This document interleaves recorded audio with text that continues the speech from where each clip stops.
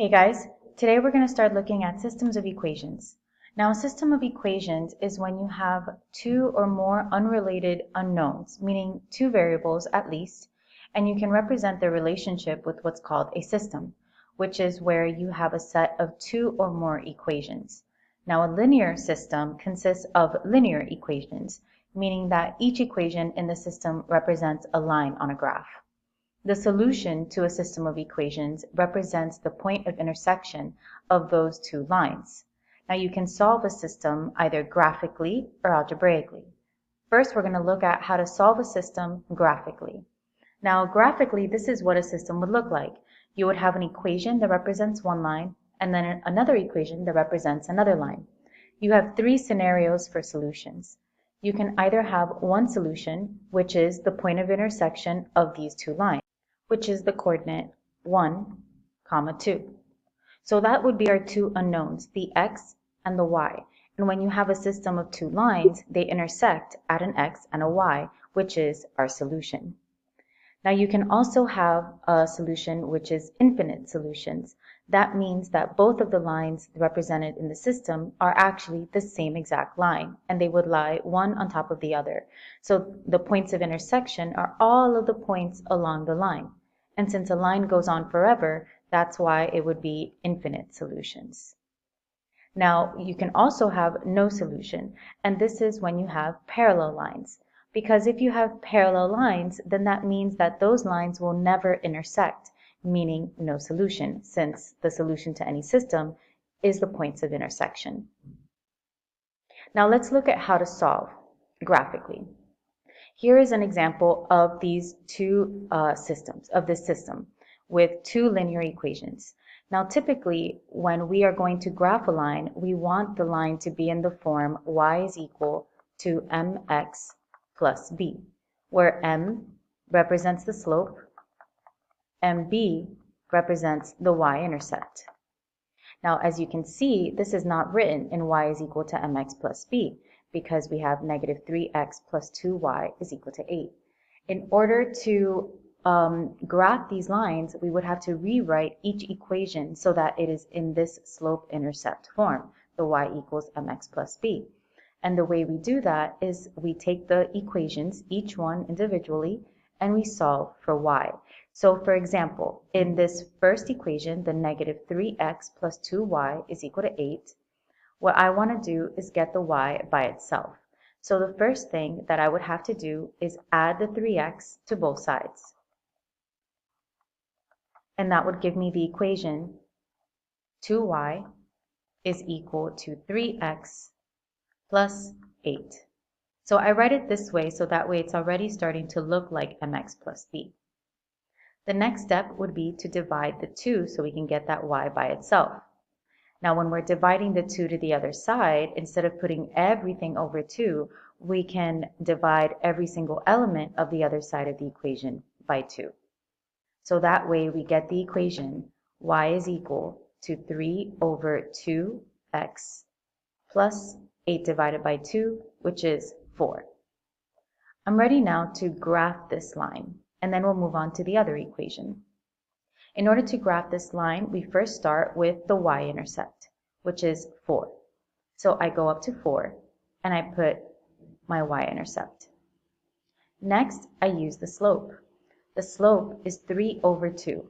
That means from this point, we go up 3 and right 2, since slope is rise over run.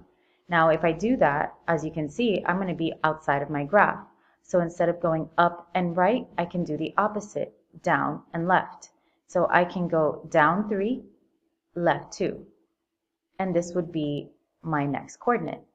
And what I like to do to make sure that I have a very precise graph is that I continue that pattern until I fill up my graph with these points. So I'm going to continue this pattern. I'm going to go down 3 again and left 2. Like that, I get a more accurate picture. And this would be my line. Now let's look at the next equation.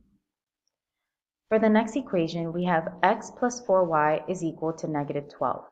Again, I want to get that y by itself. So first, I would subtract the x, and I get 4y is equal to negative x minus 12. Next, I would divide the 4. And again, I have to divide everything on the other side by 4 as well. So what we end up with here is y is equal to, now even though we don't see it, there is a 1 here. So this is negative 1 over 4, x minus 12 divided by 4, which is 3. This makes my y-intercept here negative 3. So I can put my first coordinate here at the y-axis at negative 3. Then I'm going to use my slope, which is down 1, right 4. So down 1, right 4.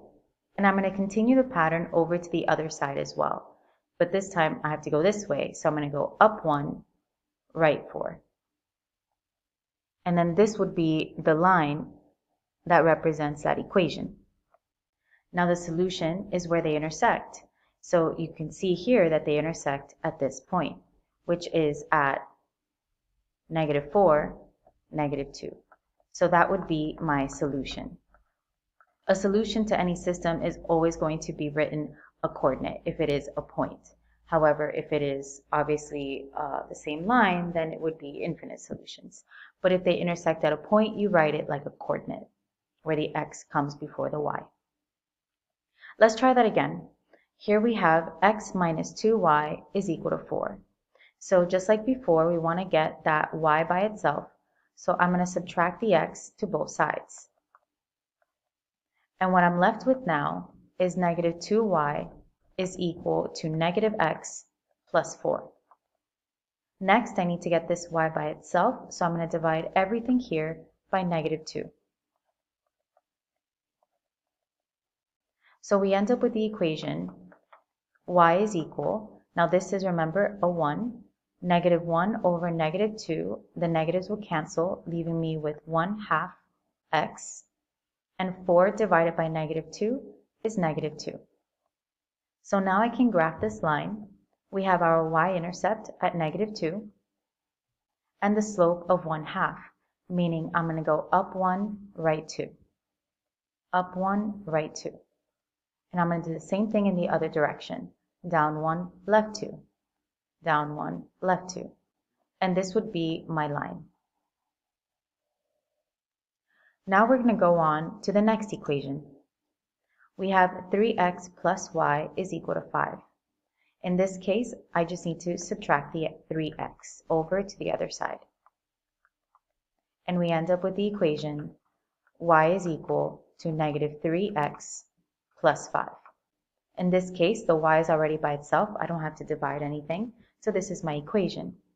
We have a y-intercept of 5. So I'm going to go up to 5 on the y-axis and put my first point. Next, my slope is negative 3. If you ever have a whole number for a slope, that means that it's over 1. So from this point, I'm going to go down 3, right 1. So down 3, right 1. And I'm going to continue that pattern. Down 3, right 1. Down 3, right 1. And this would be my line. Again, my solution is the point of intersection, which is right here. So that solution would be 2, negative 1. And that's how you would solve a system of equation graphically. Now let's look at how to solve a system algebraically. First, we're going to look at the substitution method, since there are two methods to solving systems algebraically. Now, the substitution method involves us writing out one of the equations in terms of one variable. So that means that you're going to pick an equation where a variable is easy to solve for. And it does not matter which one you choose, but the point is that you want to get that variable alone. Just like how we did in the previous slide, how we got the y alone. Well, in this case, you want to get either x or y, does not matter. So you just look for a variable, preferably one that does not have a coefficient. That way you won't have to divide. So if you look here at these two equations, you can either use this first equation to solve for y, since it is by itself, or you can use the second equation and solve for x. Regardless of which one you choose, does not matter. Let's say I choose this top equation and I solve for y. That means I would have to subtract the 4x over to the other side. When I do that, I get that y is equal to negative 4x plus 2. Once I get that, I take what y is equal to and I plug it in to this y here. So I have the second equation now, which is x minus, and then y, which this is what y is equal to based on my first equation. So I'm going to open up parentheses and plug in that y, which is negative 4x plus 2, and it equals to 3, because that's what my equation is equal to. Next, I'm going to distribute this negative, and I get x plus 4x minus 2 is equal to 3. Now we combine like terms. X plus 4x is 5x, minus 2 is equal to 3. Add the 2. We get 5x is equal to 5. And finally, divide the 5. And we get that x is equal to 1. So that is already part of my solution. Now I'm just missing the y. And you can take this x and you can plug it into either of the original equations to solve for y, or you can use this equation here that we already have solved for y, which is exactly what I'm going to do. So we have that y is equal to negative 4 times x, which is 1, plus 2.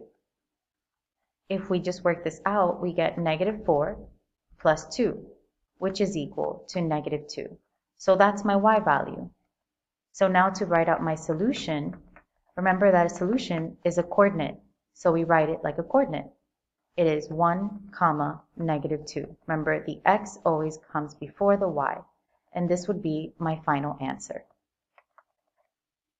Let's try a couple more examples.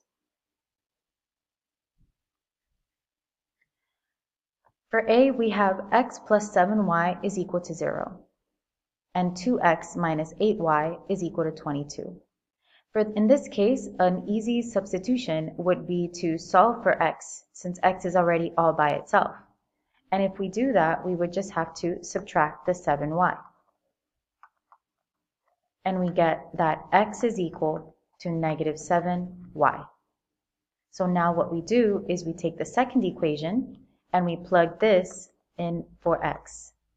So 2 times negative 7y minus 8y is equal to 22. 2 times negative 7y is negative 14y, minus 8y is equal to 22.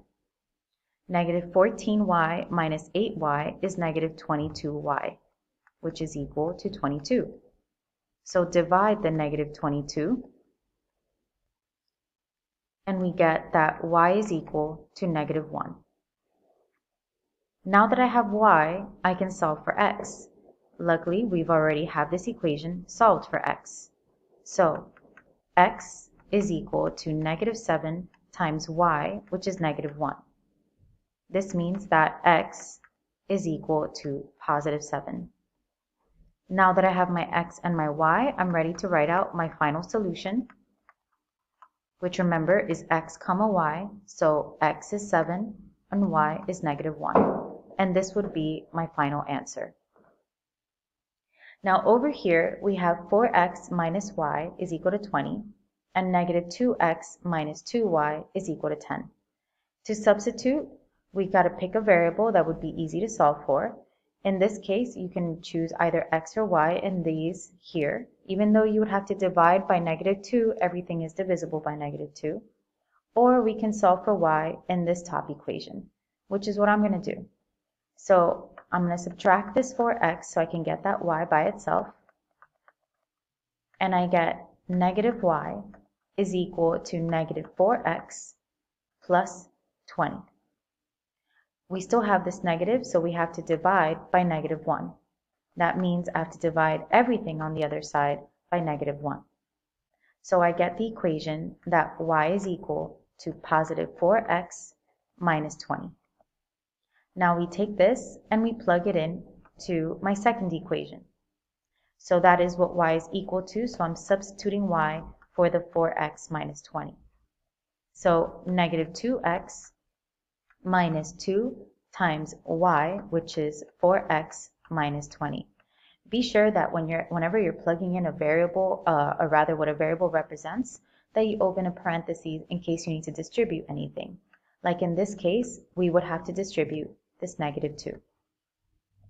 So now we have negative 2x minus 8x plus 40 is equal to 10.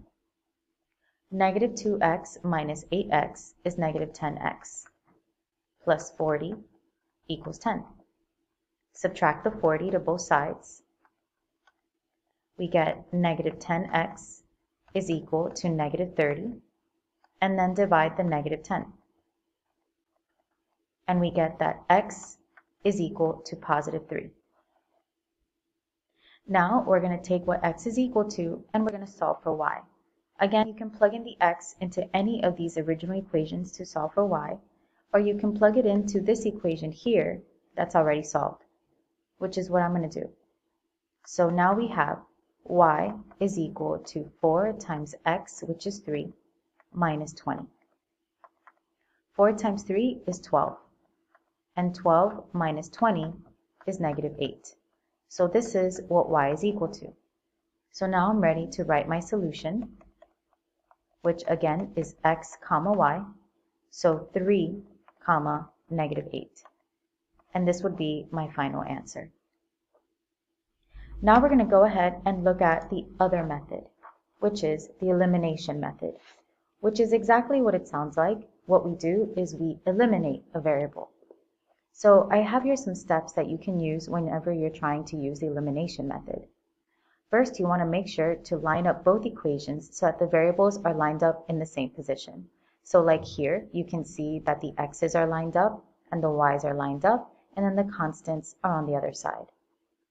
When the coefficients of one variable are opposite signs, you add the equations to eliminate the variable.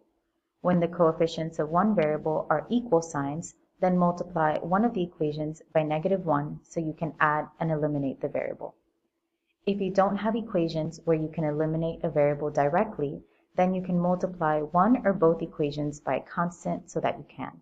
So the whole point with the elimination method is to be able to add the equations together so that one of those variables would go away. In this case, the variable that would be eliminated would be the x's, because if I were to directly add these equations, 4x and negative 4x would cancel. And then if I add the rest, I get 5y is equal to 25. At this point, we can solve for y. You would divide the 5, therefore making y equal to 5. Now that you have what y is equal to, you can plug it into either one of the original equations to solve for x. In this case, I'm going to choose to plug it into the first equation, but you can always plug it into the second if you prefer. It does not matter. So we have 4x plus 2 times y, which is 5, is equal to 9. When we work this out, we get 4x plus 10 is equal to 9. Subtract the 10, and we get 4x is equal to negative 1. And then divide the 4. So x is equal to negative 1 over 4. And it's okay to have fractions as your answers. So now our solution, again, is still a coordinate of x comma y, so negative 1 over 4 comma 5. And this would be our final answer. Let's try a couple more elimination questions. Here we have the system 3y plus 2x is equal to 6, and 5y plus 2x is equal to 10. All of our variables are lined up, and we want to be able to eliminate a variable. If you notice, these two x's here are the same number, and if we convert one of these into a negative 2x, then we would be able to eliminate. So you can choose which equation you want to multiply by negative 1 to turn that 2x into a negative. Let's say I choose to multiply the top equation by negative 1. Then that would turn this equation to negative 3y minus 2x is equal to negative 6. Like this, if I were to add this equation now with my second equation, which is 5y plus 2x is equal to 10, the two x's will now be able to cancel. And if I add the rest, I have negative 3y plus 5y, which is 2y, is equal to negative 6 plus 10, which is 4. At this point, we just divide the 2, and we get that y is equal to 2. Now that I've solved for y, I can choose any one of my original equations and plug in the y value. Let's say I choose the top equation. Then that would be 3 times 2, because that's the y, plus 2x is equal to 6. 3 times 2 is 6, plus 2x is equal to 6. We want to solve for x, so subtract the 6 over to the other side, and we get 2x is equal to 0. Divide the 2, and 0 divided by anything is still 0. So x is equal to 0. So my solution would be x, so 0, comma y, which is 2. And this would be my final answer. Now, in this next example, we have 2x plus 7y is equal to 4, and 3x plus 5y is equal to negative 5. None of these variables are the same, but that's okay, because just like I multiplied one equation here by negative 1, I can multiply these two equations by some numbers so that these variables would be the same. So you can choose whether you want to eliminate the x's or eliminate the y's. Let's say I choose to eliminate the x's. I want these two to be not only the same number, but also different signs. So let's say I multiply this top equation by 3. And then I multiply this bottom equation by negative 2. Then that would make this 6x and this negative 6x, meaning that if I were to combine them, they would cancel. So a trick here in trying to figure out what to multiply so that you can cancel out your variables if you have a situation like this. Whatever numbers are here, you can just kind of swap them. See how this was 2, then I multiplied this one by negative 2. And this is 3, so I can multiply the top one by 3. Or you could have done the bottom one by 2 and the top one by negative 3. There's really no set way on what numbers to multiply, as long as you can eliminate those variables. So you can actually get a little bit creative with these kinds of questions. So like, let's say if I wanted to eliminate the y's, I can multiply the top equation by 5 and the bottom equation by negative 7. Or multiply the top equation by negative 5 and multiply the bottom equation by positive 7. Again, there's multiple ways that you can solve these systems. So it's really up to you and how you view this particular equation. So I'm going to go with my original plan here. If I multiply that top equation by 3, I would get 6x plus 21y is equal to 12. And if I multiply the bottom equation by negative 2, I get negative 6x minus 10y is equal to positive 10. Now if I add these two equations, my x's will cancel. 21y minus 10y is 11y is equal to 12 plus 10, which is 22. Divide by 11, we get that y is equal to 2. Once you've solved for a variable, you can plug it into whichever one of these two equations. Let's say I choose to plug in the y into the top equation. So 2x plus 7y, which is 2, is equal to 4.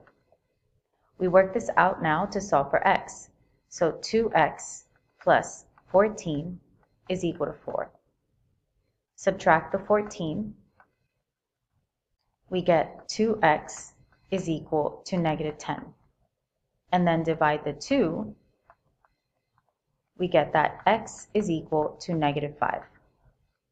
Now that I have my x and my y, I'm ready to write out my solution, which would be negative 5, comma 2. And this would be my final answer. Now let's look at a couple of special cases. How do I know if you have a solution that is no solution or a solution that is infinite solutions. As we saw in the first slide, there's three possibilities where you can have one solution, which is the point of intersection. Those are all of the questions that we saw before. And then you can either have no solution or infinite solutions. And the way that you can tell is if you end up with either what's called a false statement or a true statement. If you end up with something like 5 is equal to 5, 5 indeed equals to 5. That is a true statement. So if you end up with a true statement, that means that it is infinite solutions. If you end up with a scenario such as 3 is equal to 4, that's a false statement. 3 does not equal to 4. So that would be an example of a no solution. So let's look at a couple of examples here so you can see the difference. Here we have 2x plus y is equal to 6, and 2x plus y is equal to 1. You can choose whichever method you want in order to solve, whether you choose the elimination method or the substitution method.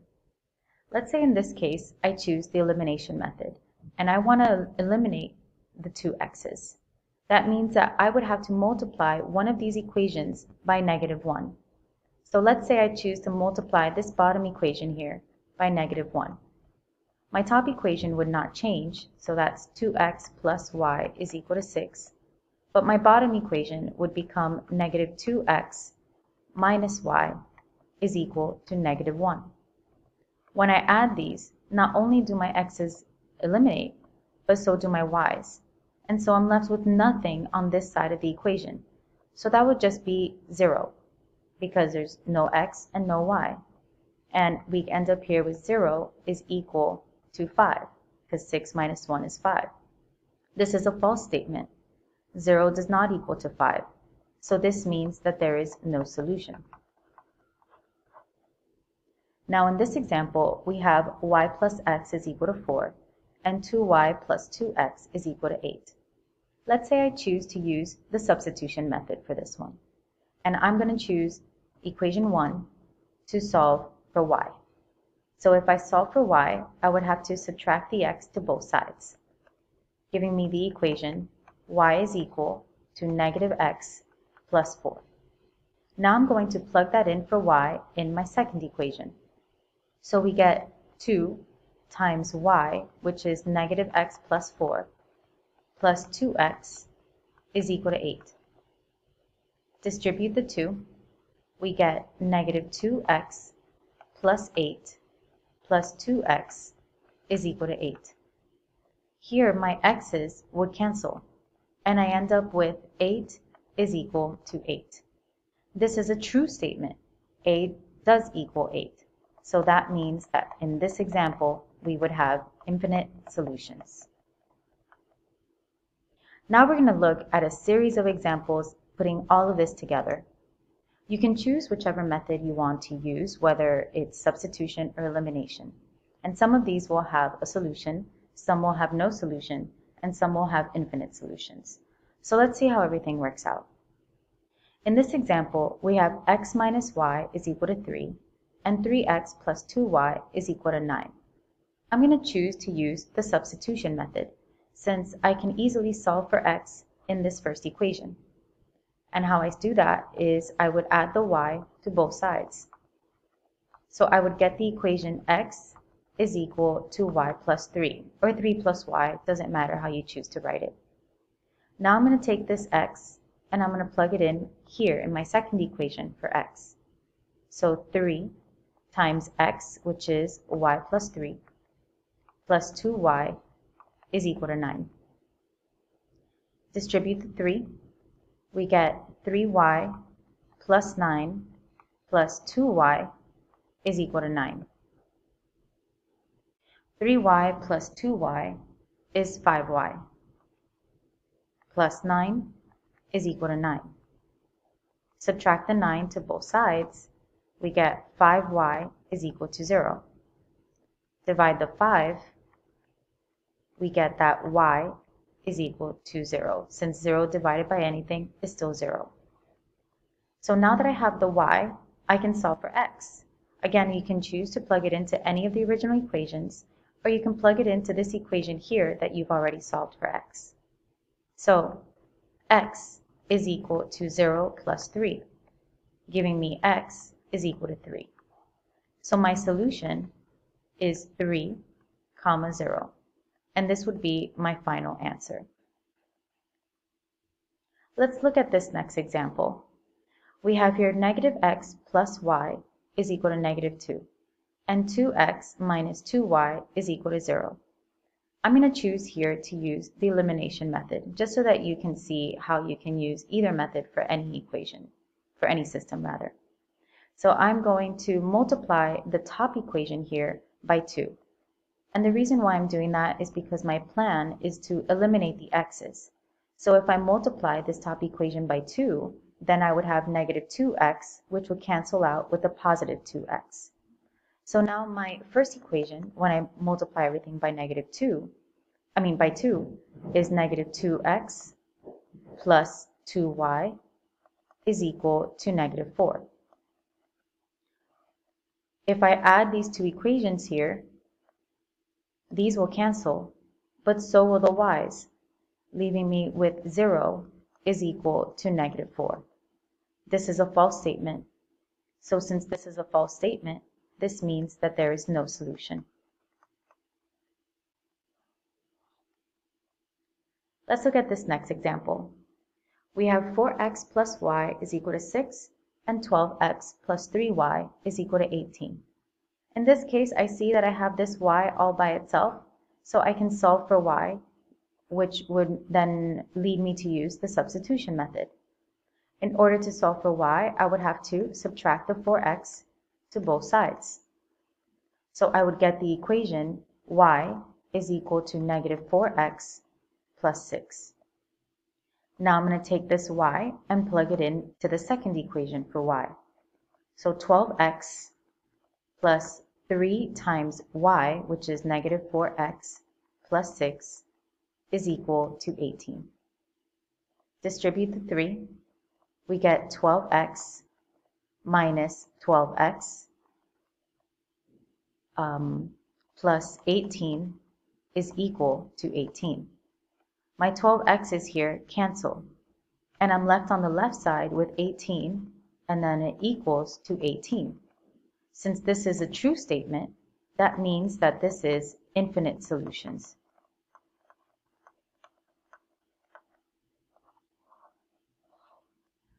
Now let's look at this final example. We have negative 16x plus 7y is equal to 30, and 8x minus 6y is equal to negative 20. This is a system where I probably will not want to use the substitution method just because I don't have any of these variables all by itself. So I'm going to choose a variable to eliminate. And in this case, I want to choose x to eliminate. Now again, you can also use y to eliminate, does not matter. But I'm choosing x because then I would only have to multiply this bottom equation by 2. Because if I multiply this by 2, then this 8x will become 16x, which will cancel out with the negative 16x. Now if you were to choose to eliminate the y's, you would have to multiply the top equation by 6 and the bottom equation by 7, so that way that they would cancel. But again, I'm choosing to eliminate x's, so I'm only multiplying the bottom equation by 2. So my top equation does not change. Negative 16x plus 7y is equal to 30. But now if I multiply my bottom equation by 2, I get positive 16x minus 12y is equal to negative 40. These will cancel, and 7y minus 12y is negative 5y, which is equal to negative 10. If I divide the negative 5, I get that y is equal to 2. Now that I have my y value, I can plug it into any of my original equations to solve for x. Let's say I'm going to choose the bottom equation to plug in the y. And now remember, I'm using the original equation. You could also use the one that you rewrote. Again, it does not matter which equation you choose. But I'm going to plug it into the original second equation. So 8x minus 6 times y, which is 2, is equal to negative 20. This gives me 8x minus 12 is equal to negative 20. Add the 12 to both sides, we get 8x is equal to negative 8. Divide the 8, we get that x is equal to negative 1. Now that I have my x and my y, I can write out my final answer, which is negative 1, comma 2. And this would be the answer, or the solution to that system. And that's systems of equations.